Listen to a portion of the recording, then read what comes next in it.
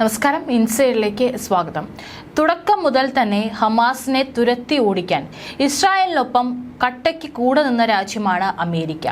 പല രാജ്യങ്ങളും പല ഭാഗത്തു നിന്നും ഇസ്രായേലിനെതിരെ എതിർപ്പുകൾ ഉയരുമ്പോഴും അമേരിക്ക കൂടെ തന്നെ നിന്നു.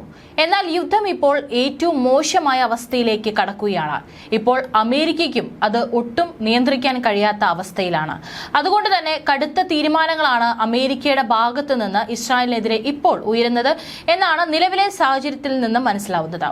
കാരണം റാഫേൽ അധിനിവേശം നടത്തിയാൽ ഇസ്രായേലിന് ആയുധങ്ങൾ നൽകില്ലെന്ന് US പ്രസിഡന്റ് ജോ ബൈഡൻ പറഞ്ഞിരിക്കുകയാണ്.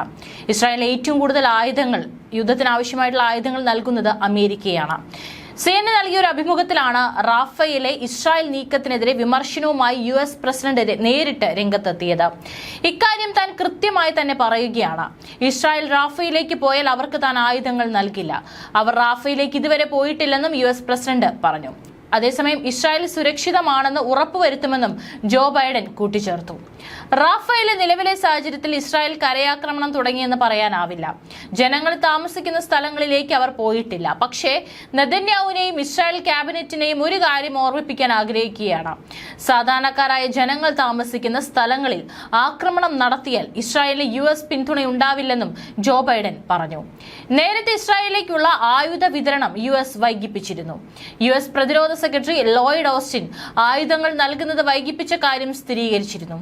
ആയിരക്കണക്കിന് ബോംബുകളാണ് US ഇസ്രായേലിന് നൽകാനിരുന്നത്. ഇതിന്റെ വിതരണമാണ് വൈകിപ്പിച്ചത്. ആയുധ വിതരണം വൈകിപ്പിച്ച US നടപടിയെ ദൗർഭാഗ്യകരമെന്നാണ് ഇസ്രായേൽ വിശേഷിപ്പിച്ചത്.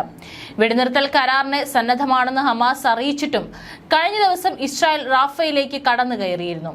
ഈജിപ്തിനെയും ഗാസയെയും ബന്ധിപ്പിക്കുന്ന റാഫ അതിർത്തിയിലൂടെ തിങ്കളാഴ്ച രാത്രി ഇരച്ചു കയറിയ ഇസ്രായേലി സൈനിക ടാങ്കുകൾ പലസ്തീൻ അധീനതയിലുള്ള 3 കിലോമീറ്റർ പ്രദേശം പിടിച്ചെടുത്തിരുന്നു.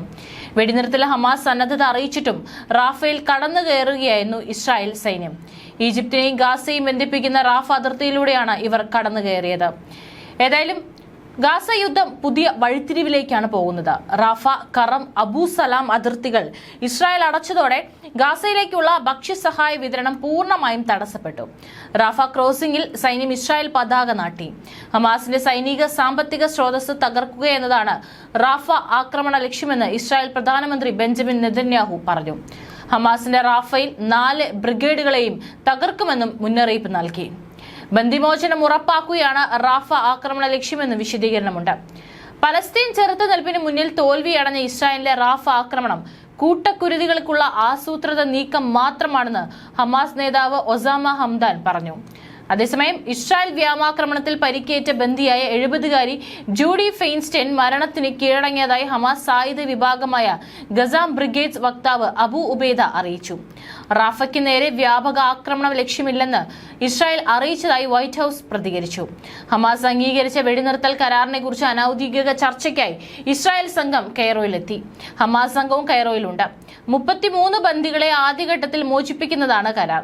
42 ദിവസം വീതം നീളുന്ന 3 ഘട്ടങ്ങളിലുള്ള ബന്ദികളെയും തടവുകാരെയും പരസ്പരം കൈമാറാനുള്ള വെടിനിർത്തൽ കരാറാണ് ഹമാസ് അംഗീകരിച്ചതെന്നാണ് റിപ്പോർട്ടുകൾ.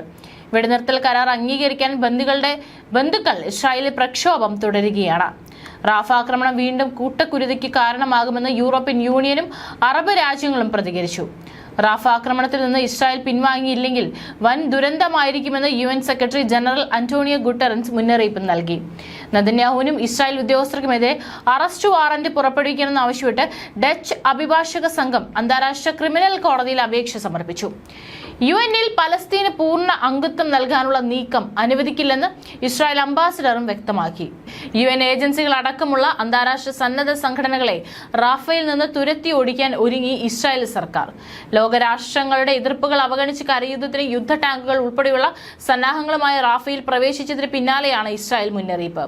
ഗാസയിലേക്ക് സഹായം എത്തിക്കാൻ ഉപയോഗിച്ചിരുന്ന റാഫ ക്രോസിംഗ് ഉൾപ്പെടെ 2 പ്രധാന അതിർത്തികൾ ഇസ്രായേൽ സൈനികർ അടച്ചുപൂട്ടിയിരുന്നു. സൈനിക നീക്കം നടക്കുന്നതിനാൽ റാഫ പ്രദേശം വിട്ടുപോകണമെന്ന് ഇസ്രായേൽ സർക്കാർ വക്താവിനെ ഉദ്ധരിച്ച് റോയിട്ടേഴ്സ് ഏജൻസിയാണ് റിപ്പോർട്ട് ചെയ്തത്. അതിനിടെ റാഫേൽ ഇസ്രായേൽ ആക്രമണം ഉടൻ അവസാനിപ്പിക്കണമെന്ന് ലോകാരോഗ്യ സംഘടന ആവശ്യപ്പെട്ടു. റാഫേൽ നടത്തുന്ന സൈനിക നീക്കം 6 ലക്ഷം കുട്ടികൾ ഉൾപ്പെടെ 15 ലക്ഷം പലസ്തീനുകളുടെ ജീവിതത്തെ അപകടത്തിലാക്കുമെന്ന് WHO കിഴക്കൻ മെഡിറ്ററേനിയൻ റീജിയണൽ ഡയറക്ടർ ഹനാൻ ബാൽക്കി പറഞ്ഞു. ലോകാരോഗ്യ സംഘടനയും അനുബന്ധ UN ഏജൻസികളും റാഫേൽ സേവനത്തിന് പ്രതിജ്ഞാബദ്ധരാണെങ്കിലും അതിർത്തി കവാടങ്ങൾ അടച്ചതിനാൽ നിസ്സഹായാവസ്ഥയിലാണെന്നും അദ്ദേഹം വ്യക്തമാക്കി. മാനുഷിക സഹായങ്ങൾ ലഭ്യമാക്കണമെങ്കിൽ അതിർത്തി ഉടൻ തുറക്കണമെന്നും മനുഷ്യരാശിക്ക് വേണ്ടി ഗാസയിൽ അടിയന്തര വെടിനിർത്തൽ അനിവാര്യമാണെന്നും ഹനാൻ ബാൽക്കി വ്യക്തമാക്കി.